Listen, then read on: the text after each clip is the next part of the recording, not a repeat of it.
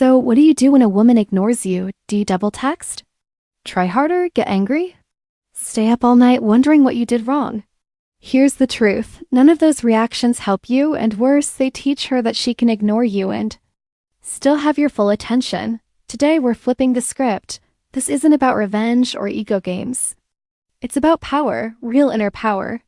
The kind that changes how people see you and how you see yourself. Let's talk about something a lot of people don't want to admit. Chasing someone who is actively ignoring you doesn't make them see your value. It makes them question it. When you keep sending messages to someone who left you on read, who hasn't replied in days, or who keeps giving you half-hearted attention, you're doing more than just reaching out. You're sending a loud message that your time, your energy, and your self-respect aren't priorities. Whether you realize it or not, you're telling them and yourself that their approval means more than your own standards. Now ask yourself this honestly. Would you physically chase someone who keeps walking away from you in real life? Someone who turns their back every time you speak? Someone who makes you feel like an afterthought?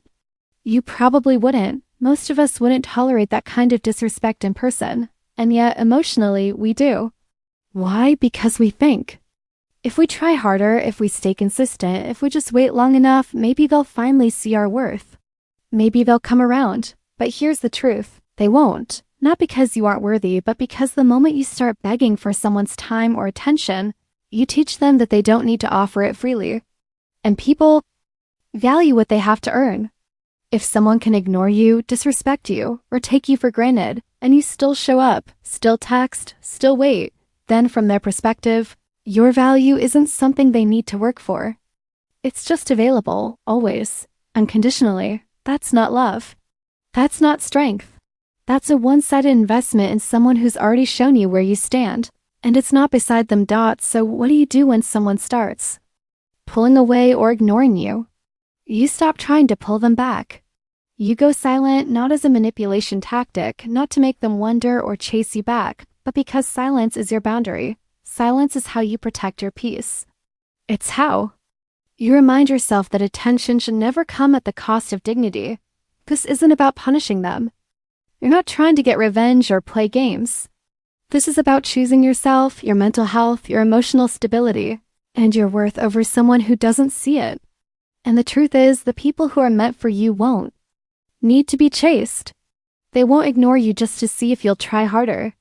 They'll show up, consistently, clearly, honestly. So the next time you feel the urge to send another message, to double text, to explain yourself one more time to someone who's already tuned you out, pause. Ask yourself, what would someone with self-respect do right now? And then do that. Because the strongest move isn't proving your worth to someone who doesn't see it. It's walking away with your head held high and making room for the people who do. Let's clear up a common misconception. Ego isn't always the enemy. A lot of people hear the word ego and automatically assume it's a bad thing. Something to destroy, something to suppress. But here's the truth. Ego, when it's healthy, protects your sense of self. It's not about being arrogant. It's about having enough self-worth to say, I'm not going to keep chasing someone who doesn't see me. You might be thinking, she's trying to hurt me, or she's testing me to see if I'll step up or fall back. And sure, maybe sometimes that's true. But more often than not, it's not even about you. People ignore others for all kinds of reasons: insecurity, confusion, emotional immaturity, or sometimes, yes, manipulation. But if your first reaction is to take it personally, to let your ego spiral into anger, jealousy, or desperation, then you've already given your power away. The mistake isn't having an ego. The mistake is letting it lead you to chase validation. This isn't about getting even. It's not about destroying her ego or trying to make her feel what you're feeling. That's a reactive mindset, and it only keeps you stuck in the same loop.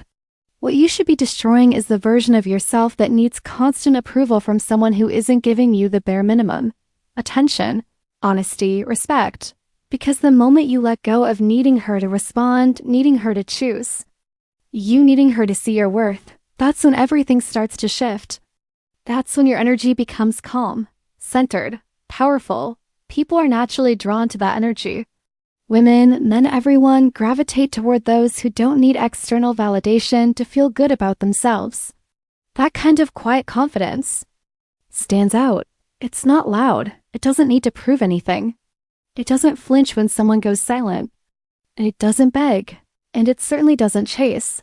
Confidence is not sending that third message when the first two were ignored. It's not watching their story and hoping they'll notice. It's not trying to make them jealous or posting something to get a reaction. That's ego in its insecure form, reactive, attention-seeking, fragile. But real confidence is stillness. It's restraint. It's trusting that if someone is meant to be in your life, they won't need to be convinced. They'll show up. They'll be present.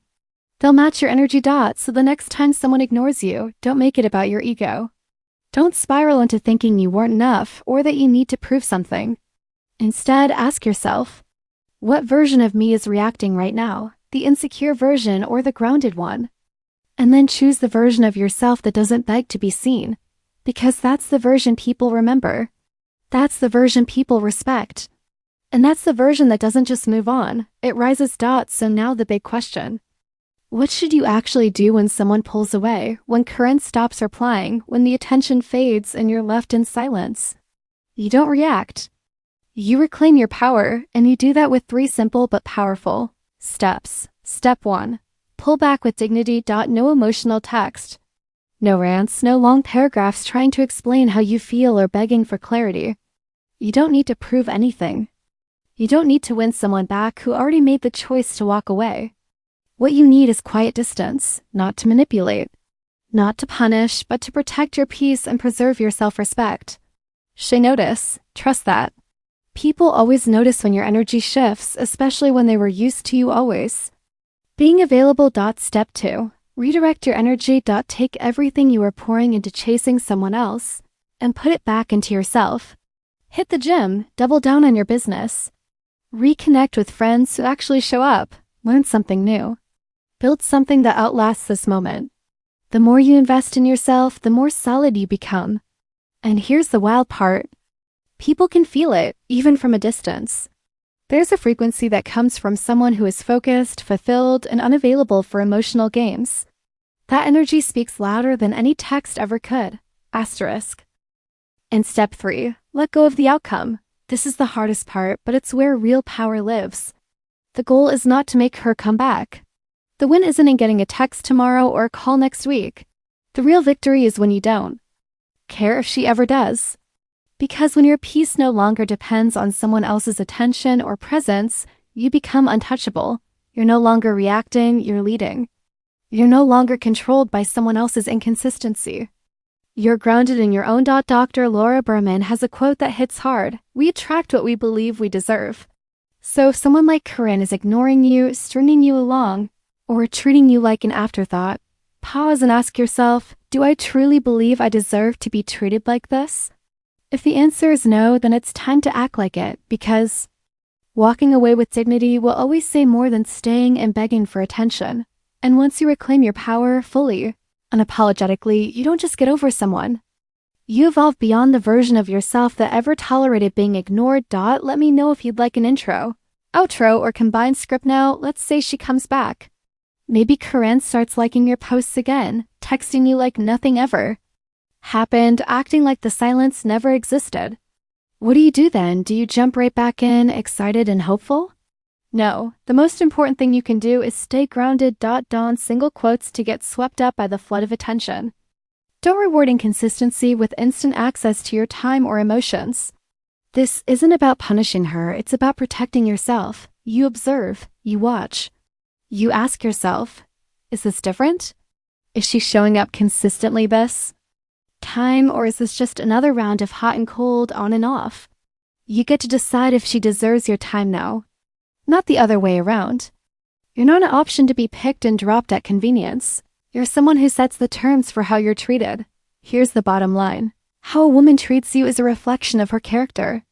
But how you respond, that's a reflection of your character. And the most powerful response isn't loud. It isn't dramatic, and it certainly isn't desperate. The most powerful response is silent. It's walking away without anger. It's living better, not bitter. So, if she's ignoring you, don't waste energy trying to destroy her ego. Instead, destroy the need inside you to be chosen. Because once you truly choose yourself, once you truly value your own peace and self-worth, no one can ignore that. No one can overlook the strength in walking away with your dignity intact. Choosing yourself isn't selfish. It's the foundation of every healthy relationship, every meaningful connection. So start there. Respect yourself first, and everything else will follow.